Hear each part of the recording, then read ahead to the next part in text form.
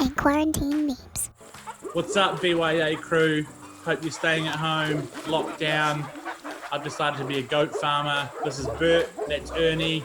I hope you're doing all right. When you get back, come meet my goats. We'll make some cheese. Catch you on the flip side.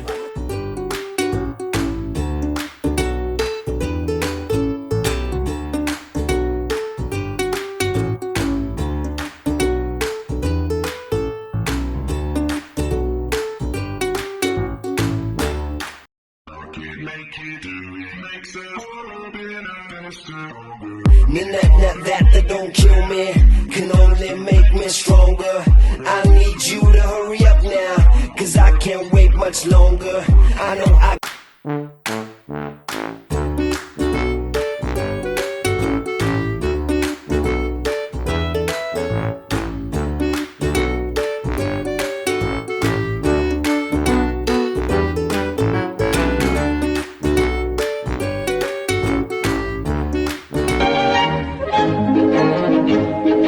Salagadoola, metricaboola, bibbidi bop.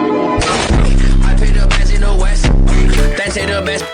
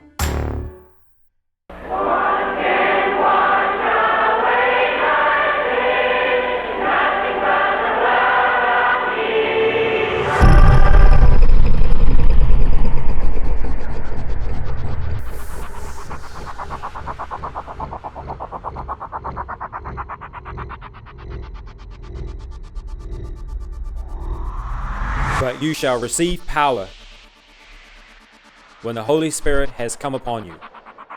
And you shall be my witnesses. The title of today's sermon is Witnesses to me in Jerusalem and in all Judea and Samaria and to the ends of the earth.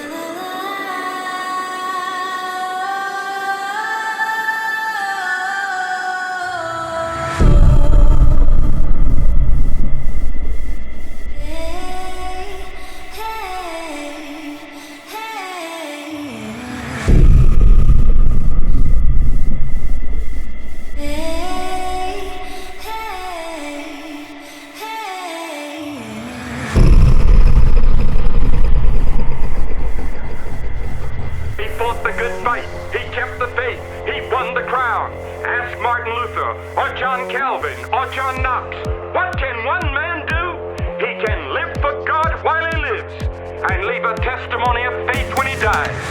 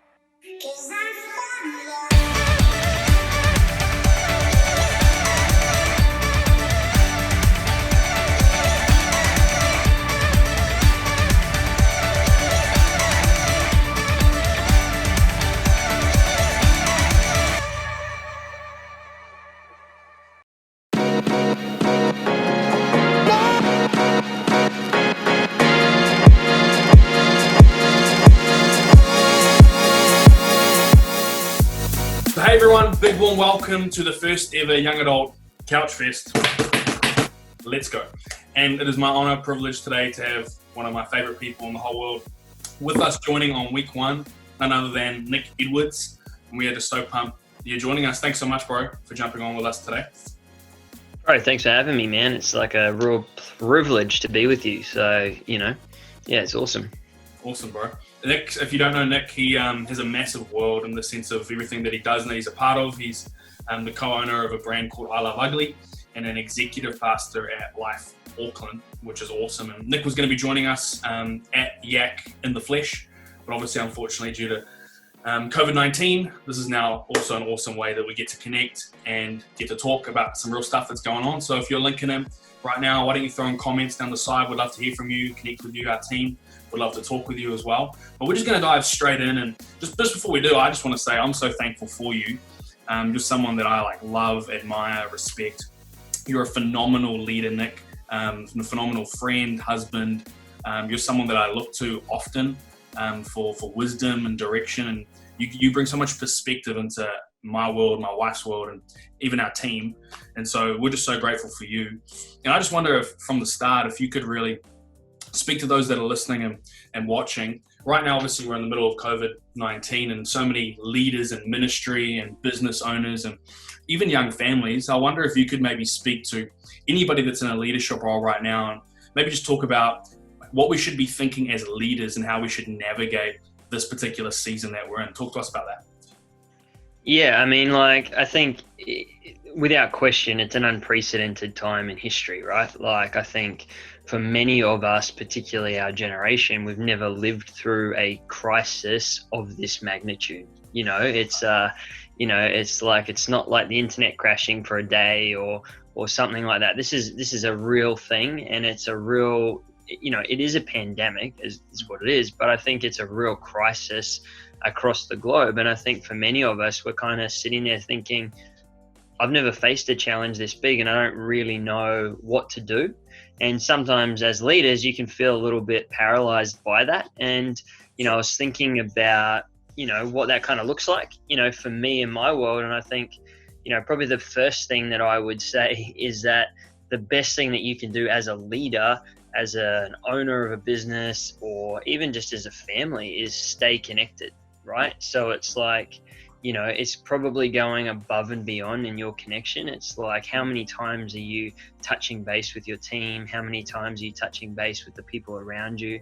It's quite easy to use isolation as a bit of an excuse for bailing out, if that makes sense. But and going, I've just retreated because I'm trying to figure everything out. What people who are in your world are going to need from you is actually an increased level of connection.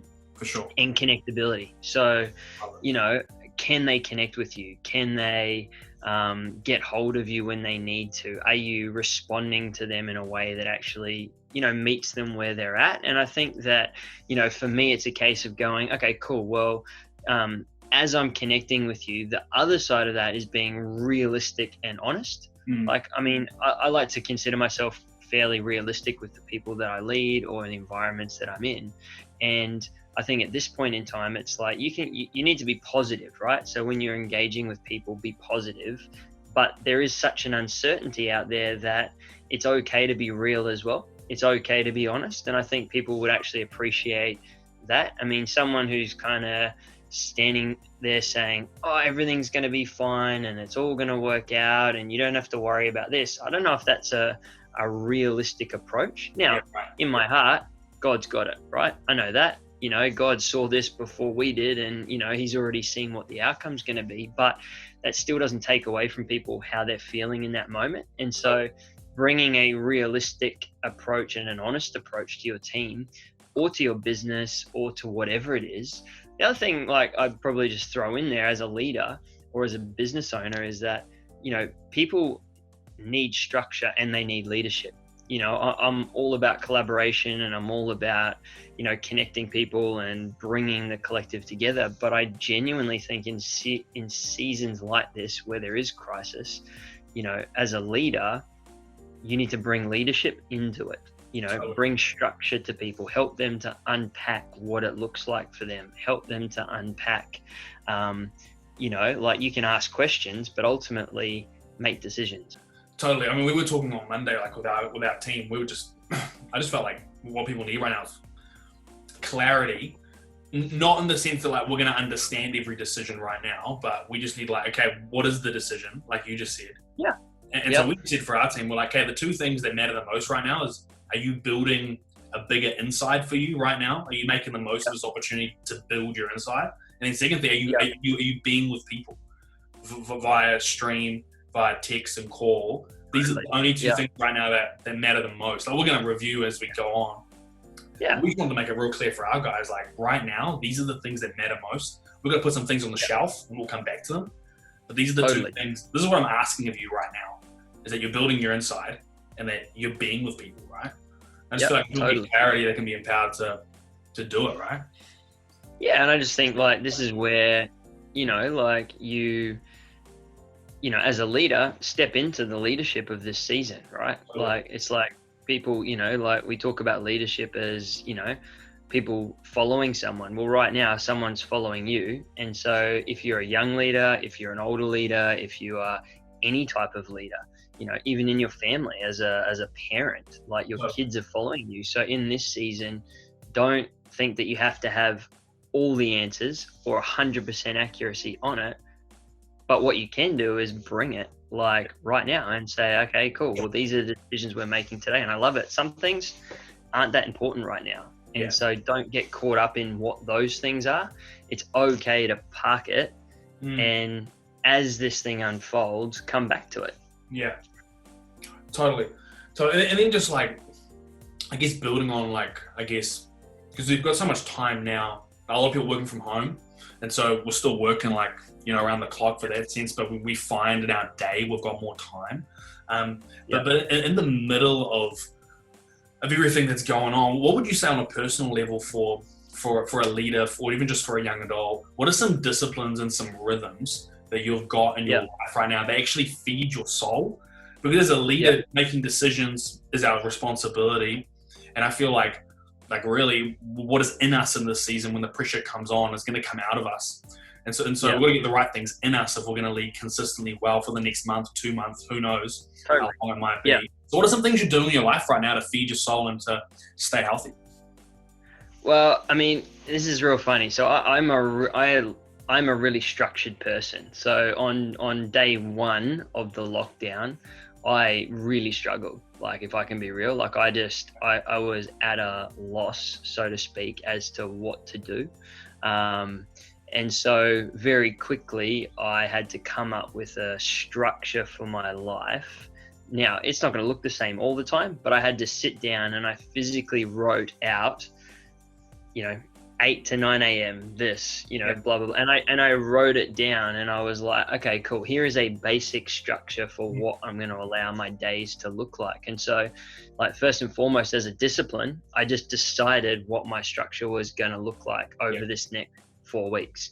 Understanding that's going to change, but I basically gave myself a parameter. So, for me at the moment, I'm prioritizing exercise very high. It's my time when I'm not a gym junkie and I'm not a professional athlete, but I'm every morning I'm starting my day with a walk around the block. It's the same walk I've been doing for, since we moved into our place where we are now. And, it takes half an hour. I do the walk. I don't put any music on. I just actually give myself some breathing space every day, start my day. I allow, I pray, I allow God to speak to me. I allow, thoughts to drop into my spirit about different aspects of what I'm facing. I mean, a thought that Pastor Paul had this morning he's been doing a daily devotional at 8 o'clock on his Instagram live in the mornings. And the thought he shared this morning was about the eye of the storm. And I mean, he shared a bunch of different thoughts about it. But one of the things for me is that, when you're in the eye of the storm, you're still in the storm. But it's almost like a season of preparation for how you're going to attack the other side of the storm and beyond. And, my question would be to every person, where do you want to be when this is all over? What type of person do you want to be? What type of habits do you want to create? What type of change do you want to instigate in your life now, in the eye of the storm, so to speak, so that it can prepare you for beyond? And so, I'm focused on doing what I've always done, but probably just a little more consciously around some of the physical aspects. Andrew, I love what you're saying. It's kind of like, at the end of this, we can either come out bigger or we can come out smaller, depending on how we respond, right? And totally. we're going to come out of this at some point. And so the question is then, based on our decisions now, I love what you're talking about, the intentionality around the small things that play a part in the bigger picture of like, hey, what is it that I can control right now? I just feel like it's like such a sharp lesson for people, is what you're alluding to, is like, what are the tangibles you can control? You can control what you're wearing. You can control what time you wake up. You can control, if you do go for a walk, you can control what you eat. And so I feel like anything, it's kind of pushing us to a greater level of intentionality around how we're stewarding our lives. Which is awesome, because it's, I mean, like, not that we're backed into a corner, but like Pastor Paul talked about, being in the eye of the storm, or even like when you're playing rugby, if you're down on the scoreboard, for, as an example, every move you make is important, because it will play a part in the bigger picture. So I love that. I love that intentionality around what's required now, not just as leaders, but just as people, to go, hey, I'm going to come out healthy. I think saying to all young leaders is that, and I know not everyone watching this is going to be a young leader, but I don't think it matters if you're young or older. I just think that everyone has more in them than they think they have. 100%. I agree. Everyone for every season is graced for the different seasons, the different areas they're in, and you've always got more in you than you think you have. And so therefore it's a case of saying, okay, cool. Well, God, if there's more in it for me, then with an obedient spirit, I'll say yes and trust that you'll help me to grow into this next season. So, you often ask me, Junior, is like, well, how do you manage this and have this and own a business and operate in church like this? And then, I've never really thought about it, like in terms of, I just do it. I know that sounds really, probably not a really good answer for everybody, but it's like, I don't dwell too much on what I'm doing. I just try and do everything I'm asked to the best of my ability. And, if I had one piece of advice, it's like, for a young leader, is like, step out in that truth that if God's placed you where he's placed you there for a reason and for that season. And the season may not be forever, but in this moment, that's where he's positioned you. So step out in that, believing that, okay, there's more that God has for me than I currently can see for myself. And the second thing is, though, that be real. Like, I think be real with yourself. It's okay. I think I was thinking about it even just this morning, like on my walk, I was thinking, it's okay if some days I feel a little bit overwhelmed. That's totally okay, and it's not abnormal. It's not a sign of weakness. It's not a sign of failure. It's actually a sign of total understanding of who you are as a leader. And, if it means that you've got to take a deep breath or take a day off, and actually reset who you are, then that's actually okay. Totally. When you don't come back on the other side, that it's not okay. And I think that's where sometimes leaders get, they take one step back, then it's two steps back, then it's three. It's like, no, I'm just taking, and we sell it to ourselves as, I just need a break. And that's okay. I'm not judging anyone for that, but, don't allow the break to be too long that you forget how to run the 20 kilometers. Totally. It's like, it's like, and then you have to start back at zero. It's like, no, well, today I just needed an extra hour of sleep. That's okay. Today I just needed to get on the phone and talk to someone in my life and just, tell them how I'm really going. That's okay as well, because, as we said right at the start, bud, it's like, it's an unprecedented season, and regardless of what it looks like for you, regardless of the size of your team, the size of your business, the size of your leadership, we're all going to be approaching it and dealing with it in very different ways. And the best thing you can do is be real with who you are and where you're at, because that's going to help you lead people better than you could ever have thought you could lead them. Amazing. We're going to wrap it up there. Thank you so much, Nick, for joining us. You are a legend. We love you. Hey everyone, wasn't that incredible? But don't go anywhere because right now we're going to head to halftime cooking with Ben. Welcome to Ben at the Half with Ben. Now here, today, don't go away because I am going to make you something and hopefully you can reproduce it. Today we are making the Dolgoma coffee. Now if you don't know what that is, here it is. I'm not going to go into the history of it because I don't have time for that today, but feel free to look that up in your own time. What we're going to start with is the Makona beans. Makona heeft meer. And what we're going to do is we're just going to put 1 teaspoon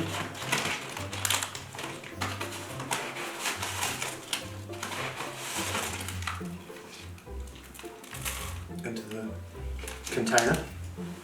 Then we're going to move on to our sugar. You need white sugar. Pam's is quite a good brand to go with. And we're going to put 3 of these bad boys into here. 1, 2, 3. Now I'm a bit of a chocolate lover, so here's the Cadbury Dairy Milk Drinking Chocolate. Keeps me going. 1 teaspoon of that in. Beauty. You grab your jug of boiled water. Bang. 1, 2, 3. Now you may be looking at this and thinking, Ben, come on mate, what are you up to? It doesn't look very nice, looks quite brown. Hey, trust the process. Trust what's happening in this time. Now here's a little bit of science for you. Milk. Great whipping capacity. Sorry, not milk, it's cream. And what we do is we put a little bit of that in. Bang! And here. Turn your whiz on.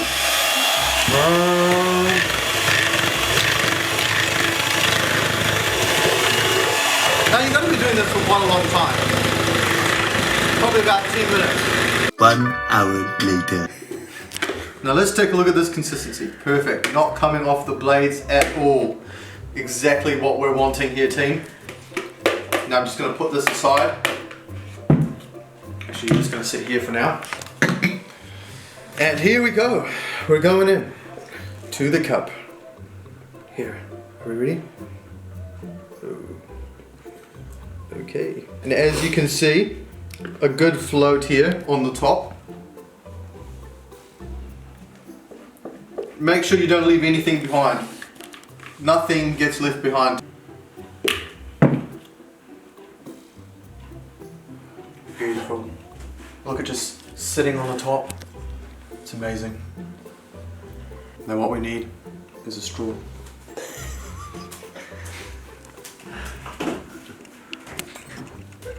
Should have pulled us through. Where are the straws? There's one in my pocket. Alright, here we go. This is the moment. Give it a mix. Send up a prayer. Thank you, Lord, for this food. Amen. And taste. Not gonna lie, I couldn't taste any coffee. Had to do a little bit more mixing.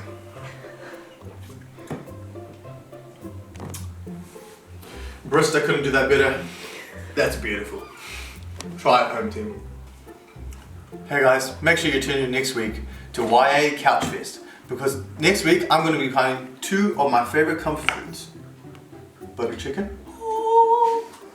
Mac and cheese. What did I say? Butter chicken, mac and cheese. Well, come on, wasn't that just the best? You gotta love Ben and his cooking is incredible. I'm so tuning in for next week. But right now, why don't you lean in as we hear from Sheldon and Junior. Well, hey everyone, big warm welcome to Young and Old Couch Fest, week 1. And I'm so honoured and stoked that one of my best friends in the world, Sheldon Brown, is with us on week 1. And Sheldon, how are you, bro? How you doing? I am good, bro. as good as you can be in lockdown with a couple kids in the house. But hey, it's a good time. I mean, we're both extroverts, right? So this is a challenge for us, man. Oh, mate, this is not easy. I tell you that. One of my love languages is touch too. So I'm just like, it's killing me. Oh, 100%. No amount of coffee can get us through this amount of isolation. Am I right? No. I need people to talk to. So I've actually been on the phone a lot, just calling people, trying to, somewhat of a hangout. Yeah. But it's been good. Thanks so much for coming on, man. Really stoked. Today we're going to talk about what are we carrying, and obviously in the climate that we're in right now of COVID-19, that subject of what we're carrying, for a lot of people, the first thing that might come to mind is carrying a lot of fear or carrying a lot of anxiety or uncertainty because of what the future might or might not hold on the other side of this thing. And we've just been saying to our team, we're just so committed to be intentional about in this situation, we can either become bigger and better or we become smaller. And we're just committed to, as a community, saying, hey, we want to get bigger internally through this crisis. So on the other side of it, we can move forward. And I wonder if you could just talk to us today, maybe some people that are facing some real challenges right now. How do you trust God when you don't feel it? Or when the season looks different to where it's been? Because we've never been here before. We've always read about crises, but we've never actually lived in one. This is the first time as a generation we're living in a crisis. So what would you say to people today about how do you trust God when you don't feel it? I think that's the question we've got to constantly ask ourselves. How do we even trust God? Because that's really the question. It's, not so much just about the situation, but do we actually trust Him? Yeah. And I think we all need to actually, really ask ourselves that question. Because if anything, this COVID-19 situation has done is actually forced us to really consider what is the answer to that question. Do I trust God? Do I believe in faith? Do I actually know that He's got good plans for me? Because all those things at play, and I guess the best encouragement I could really say to someone is to remember His word, remember His faithfulness. So for me, when I'm going through, I guess, certain, things in life, and if anything, this is just another testing period in all of our faith journeys, is to remember His faithfulness. Two things: remember the stories of what He's done in my life already, and remember His word. What are the stories in the Word of God? How has He brought people through different situations, different crises, national emergencies in that sense. So I guess, for me, Psalm 91 is a scripture I hold really dear, where it says, "He who dwells in the shelter of the Most High will rest in the shadow of the Almighty. I will say of the Lord, He's my refuge and my fortress, my God in whom I trust." A picture of darkness. It's a shadow of hope. It's a shadow of faithfulness, the shadow of restoration, a shadow of certainty of knowing that something actually is going to come out of this. And we know He works all things for the good of those who love Him. But I guess the thing I really want to encourage everyone is just to hang on to that hope, because we all got to go through this. Every single one of us. No one is exempt from this situation right now. All the extroverts and introverts, whatever you are in between, we're all going through this. And we need to ask ourselves that question: do I trust God? Not necessarily in the situation I am now, but do I trust God? Because this is just amplifying that question. And so the best two things I can really encourage is remember the faithfulness of God in your own life, and remember His word. What are the scriptures that's brought you through other struggling seasons, and where you've actually questioned. And every time, even in my own journey, where I've come up to a certain testing point, those are the things that have actually got me through.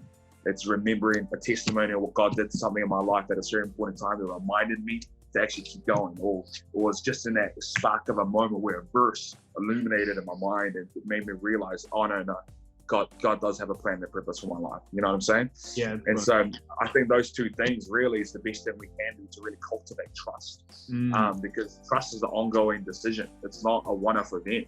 You know what I mean? It's like, for example, when you get married, it's the wedding day itself is one day, but marriage is really a lifetime, and it's an ongoing decision to say, I will trust you with my whole life. I will give my life to you every day. And so I think for us, it's the same principle applies. It's really evaluating the question daily. Do I trust you, God? Do I trust you? God's not frightened by our questions. Let me just put that out there. He's not frightened by your uncertainty. Like, if anything, that's really the only place where faith could exist, right? Totally.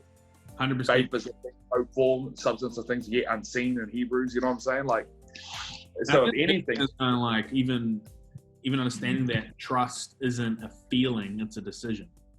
Yes, bro. And like right now it's going, okay, well, we've been privileged to be able to gather the way we've gathered at conferences and Sundays and events, and we've received revelation. But I think now God's going, okay, can you put your revelation into application in a time of uncertainty? Yeah, good. Time of struggle, and going, hey, can you trust me? Because the mountaintop moments exist to get us through the valley. And so I love how even the children of Israel used to build monuments or pillars to remember what the generations before went through. I feel like now, God's saying like, hey, can you take what I've given you and apply it in this season to trust Him? I just love that. Can you share like a story from? I remember we've talked a little bit. Maybe not everyone listening will know your background or your context of some stuff that you've come through in the whole area of sporting where you've had to trust God.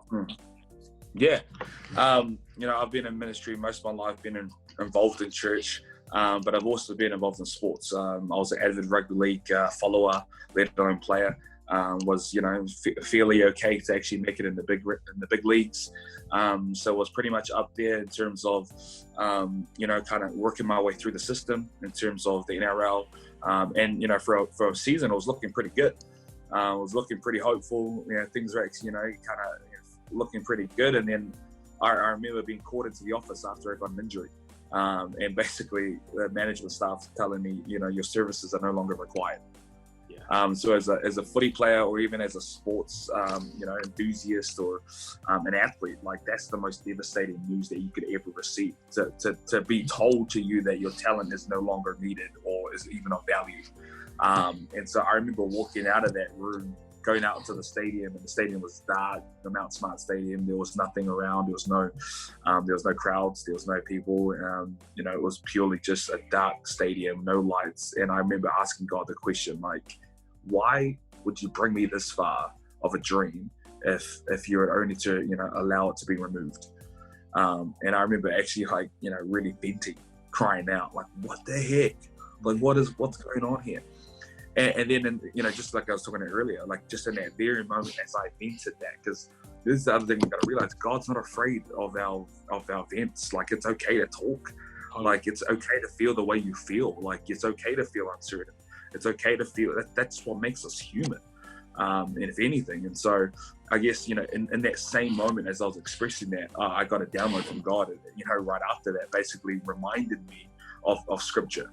Reminded me of I have a plan and a purpose for your life, just like it says in Jeremiah 29. Like that illuminated in my heart and my mind in that very moment. And so, that's just one example, I guess, of a period of my life where I've had to really lean into trust. Yeah, and I just love to park there, because I reckon what you just described, like what happened to you, is probably a metaphor for what so many people are feeling right now, where it's like the lights are out. And it's going, God, why did you bring me this far? I'm thinking of business owners. I'm thinking of families that provide for their newborns and for their kids. Students who have started a degree. I'm thinking of people right now, and even in our community who are struggling and we're wanting to trust God, but it's going, why is this happening? But I love what you just said, because it's like such a practical application. It's like, hey, if you're feeling uncertain, God's okay with you talking to Him. I feel like that's a next one. It's like, hey, yeah, right now I might be carrying some things, but I'm going to talk to God about it. And I love that Christianity is a relationship, not a religion. And so we can actually have dialogue, we can have conversation. And I just think that's so important for our generation to understand, is going, hey, talk to God about it. Because right now He's not intimidated by what you're feeling, but He wants to put it into you, something that's going to bring you through this season, Yeah, and I think that's the thing we forget, though. Yeah, totally. Like we forget about, that God actually sees us and desires a relationship with us. Like we see Him as the God that we worship, as the great I am, as the Almighty One, and we worship Him and we adore Him. And then we forget that at the same time He's still a Father. Yeah, that's it. He's still a Father who wants to speak to His kids. And so I think we just got to remember that relational aspect of God. And that it's okay to actually want to vent, to actually want to share your frustration. Because I find for me, I'm a verbal processor, this. like I actually need to verbally express stuff in order for me to process things. Yeah. And so what I find in my relationship with God, the more I vent and the more I actually like articulate what I feel, the quicker I feel God actually or Holy Spirit give me that nudge that I need to actually keep moving forward. Yeah. And I think we'll be surprised of how quickly God could actually, give us the peace that we need. Totally. We would plan to go somewhere else in terms of this conversation, but I just think let's just build on this. What do you reckon right now? What do you think for young adults in the church? How do you think God's going to use this, man? To reform or to... Yeah. Well, look what we're doing. Like online chatting, like if anything, I think the creativity and innovation within the church is going to go to a whole new level. Yeah. No longer can we rely on a gathering. No longer can we, I'm not going to say the gatherings aren't important, but because I still believe in the power of the gathering. Where there's unity commands a blessing. When people come together, something actually significant happens in the atmosphere. So don't get me wrong on that. But what I am saying is that we can't just rely on that. And I think, the positive that could come out of this, I think there could be a more hunger to want to gather. So I think there might be more of a hunger for people to actually want to actually gather and actually worship together. Because everyone's going to be stir crazy at the end of this, as well as I think just in general, the positive thing that came out of this is the whole innovation and creativity. Like this is forcing us to actually get creative of how to reach people, how to stay connected with people, how to actually, find, relationships within, perhaps relationships that weren't as strong. And so I know, like I am an, optimistic type person. And so, I do see like the positive that could come out of this for young adults in general. But if anything, I think the danger or the challenge we have is the comfort aspect, where we could get used to the innovation or get used to just like, kind of chilling on the couch and watching a sermon online.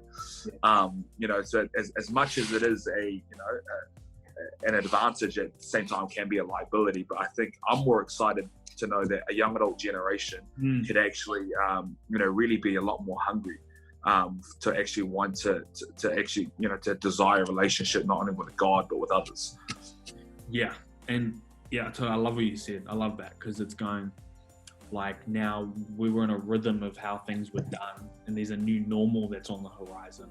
And I think if anything, it's going like, it's almost even forcing discipleship back into the home now more than ever. 100%. Just as we wrap up, what would you say to young adults today that are listening and going, hey, what is the part that I can play in this season? And we've talked about what are we carrying, and we're talking about how it's important that we're trusting God and we're putting application to where we've had revelation and maybe even information. But what would you say just in close, what are some really practical things you'd say to say, hey, like as a young adult generation, this is the part that we get to play? I think for us, let's, for starters, stay connected. Stay connected in His Word, stay connected with each other online. But I think the other thing is actually take time to really rest in His presence. Yeah. Like we live busy lives. Everyone here, everyone, every human on this planet, live a busy life. And so I think this whole situation has forced us to actually, like, although we're working from home, we're forced to be at home. And so I think there's no greater opportunity to really find rest and God and presence and really living out that dwelling, in the scripture I quoted earlier, than right now. So I guess my biggest encouragement would be two things. It's number one is to stay connected with your community, stay connected with people, because that's still important. You need actually people. God works through people to continue His mission going forward. Hey, we're gonna go quick fire questions for Sheldon Brown. Sheldon, please let us know: are you a cookie guy or a brownie guy? Hands down, cookies. Chocolate chip cookies all day. In fact, I've been hassling my household. But hey, I might have to make my own, but I'm not that great of a baker. Amy, please bake some cookies.